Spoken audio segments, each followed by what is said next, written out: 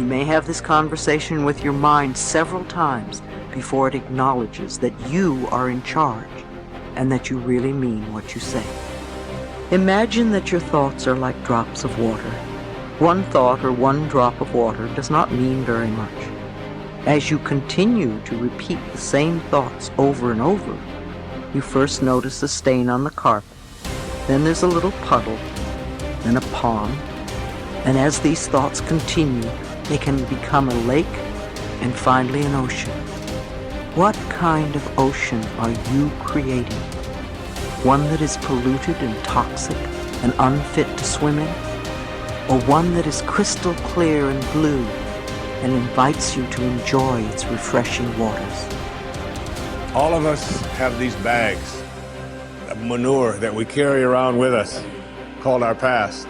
And the people who have done things to us and the events and the circumstances, all of this stuff that we use and we bond to.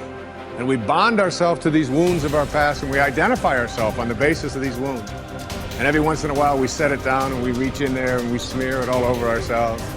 And then we wonder, why does my life smell so bad? I don't understand this. Whatever you pay attention to will naturally grow, at least for you.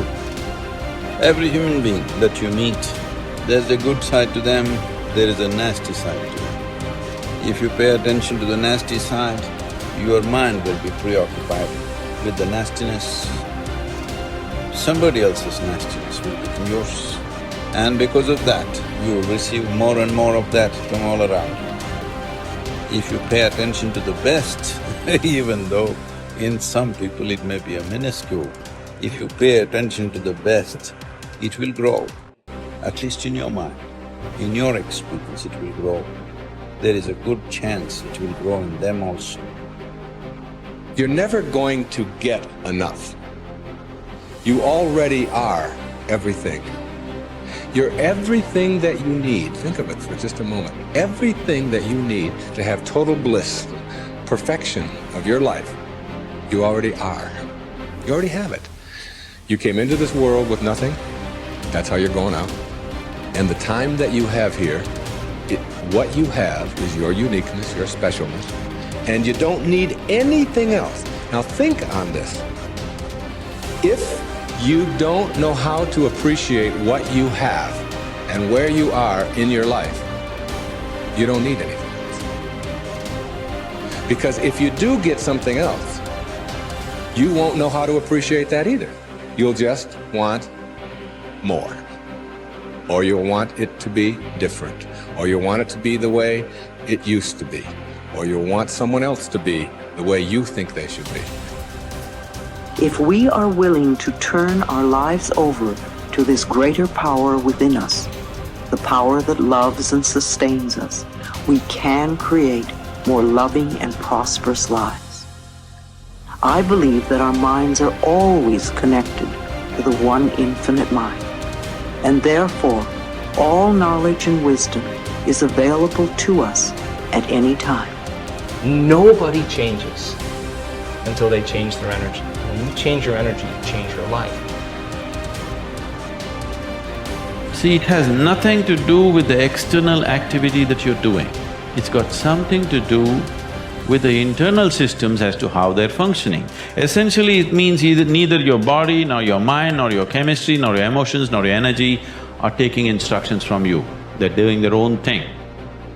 Once your machine is not in your control, being peaceful is impossible. I'll tell you, you get into your car and now you go there and you want to turn this way. You do this to the steering, it goes this way. Can you peacefully drive this car? Can you? No. Anxiety is natural, isn't it? This is what has happened to your vehicle. It's out of control. You've never done anything to find out where the steering wheel is, first of all. This is not that simple as a car, this is a super computer. Now the problem is most people have not even bothered to find the keyboard. They think if they do this, somehow it'll work.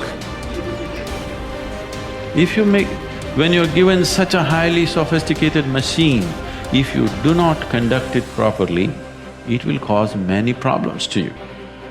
By accident it's working. I want you to know this is made this way. If you hold your hands like this, it'll breathe one way. If you just turn it around, the very way you breathe, the breathing pattern itself changes in your lungs. You can try it if you want when you have the time. This way, this way. I'm saying everything that you do, fundamental changes are happening in this machine because it's such a sophisticated machine. It's more than a touch screen. If you just wish it, it will happen.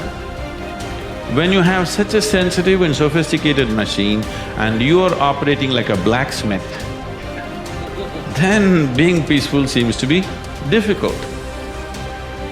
Peace is not the highest goal in your life, it is the most fundamental requirement. Don't ever set peace as the highest goal. If you do that, you'll only rest in peace. You must see, to be peaceful is the first thing in your life, isn't it? If you want to do anything sensibly in your life, if you want to conduct any situation in your life sensibly, to be peaceful and happy is fundamental. All improvement in your life begins with an improvement in your mental pictures. We know that because of the law of correspondence, that your outer world tends to be a mirror of your inner world. This means that what you see on your outside, what you see in your relationships, your health, your work, your customers, and so on, tends to be a result of the pictures you have inside. We also know that your self-image controls your performance. Because the way you see yourself and think about yourself inside determines how you act on a day-to-day basis. If you see yourself and think about yourself as an extraordinary person, if you see yourself as a success, if you see yourself as happy, positive, confident, in control, if you see yourself as a loving parent or spouse, you will act that way toward others. So therefore, all improvement in your life begins with an improvement in your mental pictures, with you consciously and deliberately selecting the pictures that you're going to allow your mind to dwell upon. And that word dwell is terribly important. When you dwell upon a picture, your subconscious mind, just as with affirmations, accepts the picture as a command and goes to work to bring that picture into your reality. It's the most phenomenal thing. Your subconscious mind controls your reticular activating system or your reticular cortex as well. Your reticular activating